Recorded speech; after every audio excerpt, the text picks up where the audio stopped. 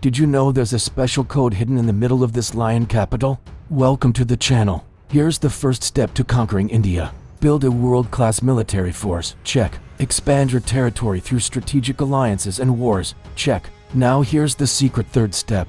Create a symbolic identity for your empire. And if you pull it off right, you can rule like a god. Ashoka, the great Mauryan Emperor, knew this well. He ruled India from 268 to 232 BCE, and his empire stretched from Afghanistan to Bengal. But how did he ensure people accepted his rule? How did he make them identify with him?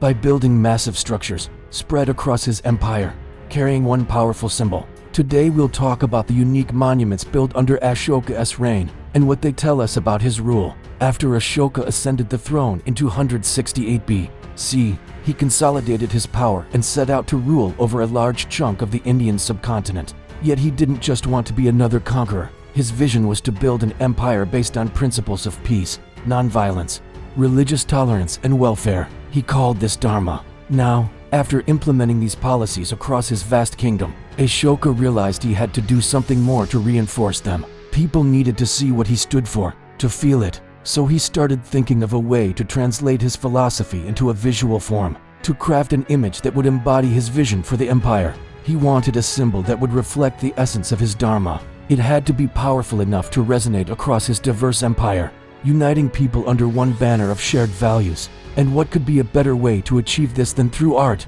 His solution was simple yet profound, building structures that would become silent witnesses to his rule, each one a testament to his beliefs. And while Ashoka built many such structures, today we'll focus on just one. The Lion Capital of Sarnath is probably the most famous structure built during Ashoka's rule. To understand why, let's take a closer look. This monument, with its fearsome-looking lions, is not just a work of art.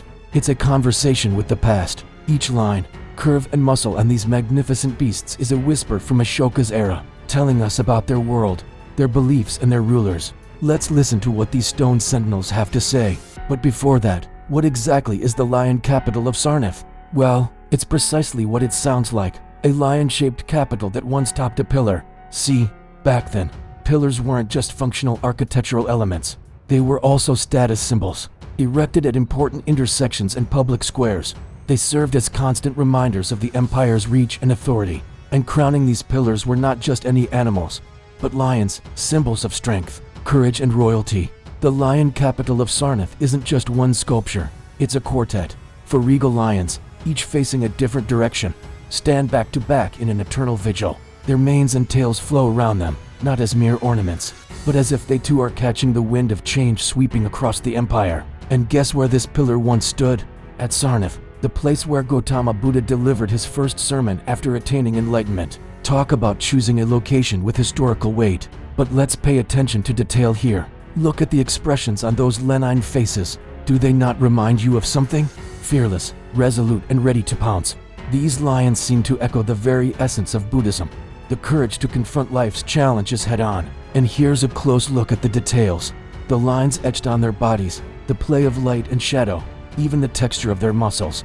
Each detail seems to invite us into a conversation with the past. What stories do these lions have to tell us?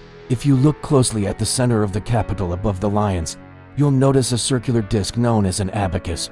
This part was actually attached to the top of the pillar, and it is adorned with even more fascinating details. In the center sits the Dharma chakra, or the Wheel of Law, a prominent Buddhist symbol. It's not just a decorative element, but a reminder of Ashoka's commitment to spreading the wheel of Dharma across his realm. And look at the other creatures on the abacus, the horses, elephants, and other animals, all frozen in time, forming a lively procession around the central wheel. Together, they form a harmonious whole, a celebration of life and the natural world. And let's not forget the sheer scale of this monument. Imagine these lions towering over you, their presence both awe-inspiring and comforting.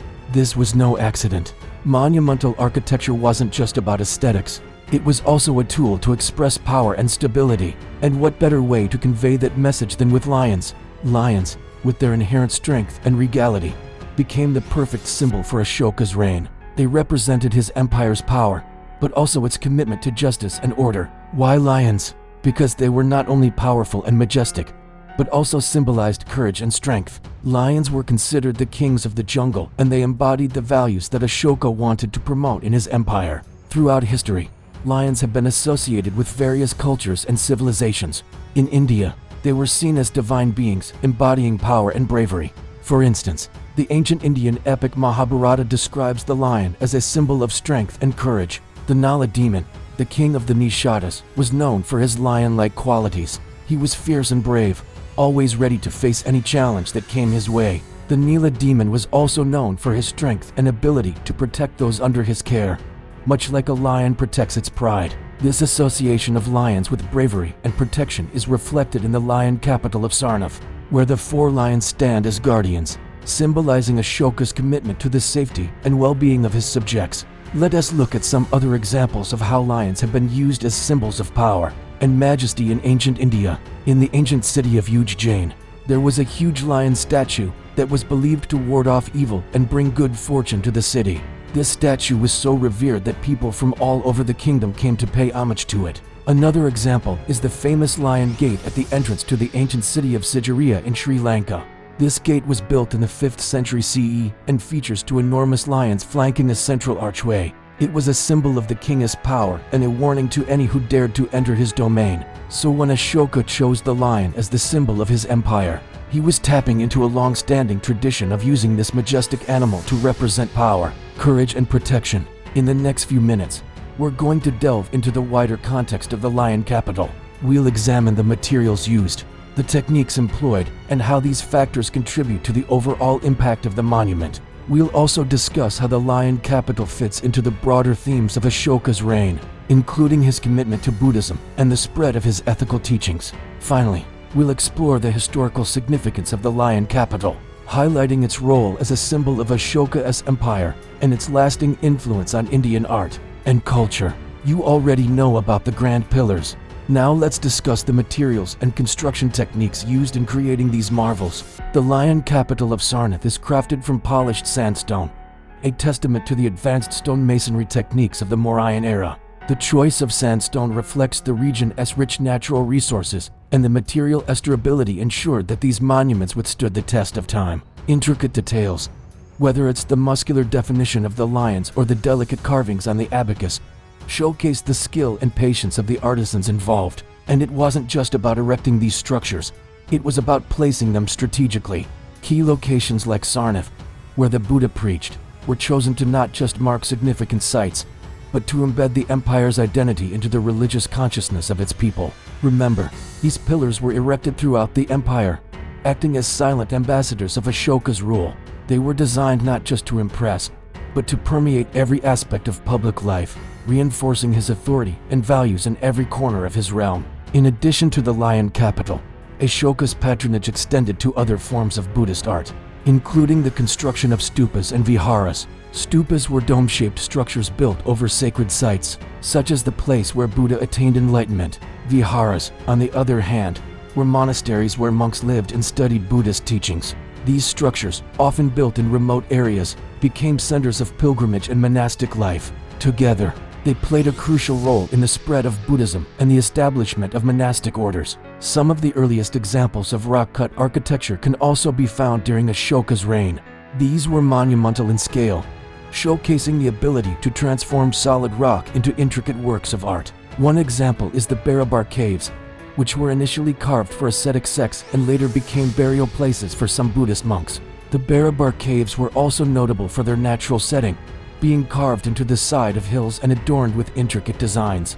These caves demonstrated the technical prowess of the architects and engineers of the time. So there you have it, a glimpse into the world of Mauryan art under the visionary rule of Emperor Ashoka. Each structure, each carving tells us a tale of an empire that valued not just power, but also spirituality, art, and the welfare of its people. The Lion Capital of Sarnath stands tall, not just as a work of art, but as a symbol of a new era in Indian history, an era marked by the fusion of strength, spirituality, and the pursuit of enlightenment. And if you liked this video, don't forget to hit that thumbs up and stay tuned for more updates on all things ancient.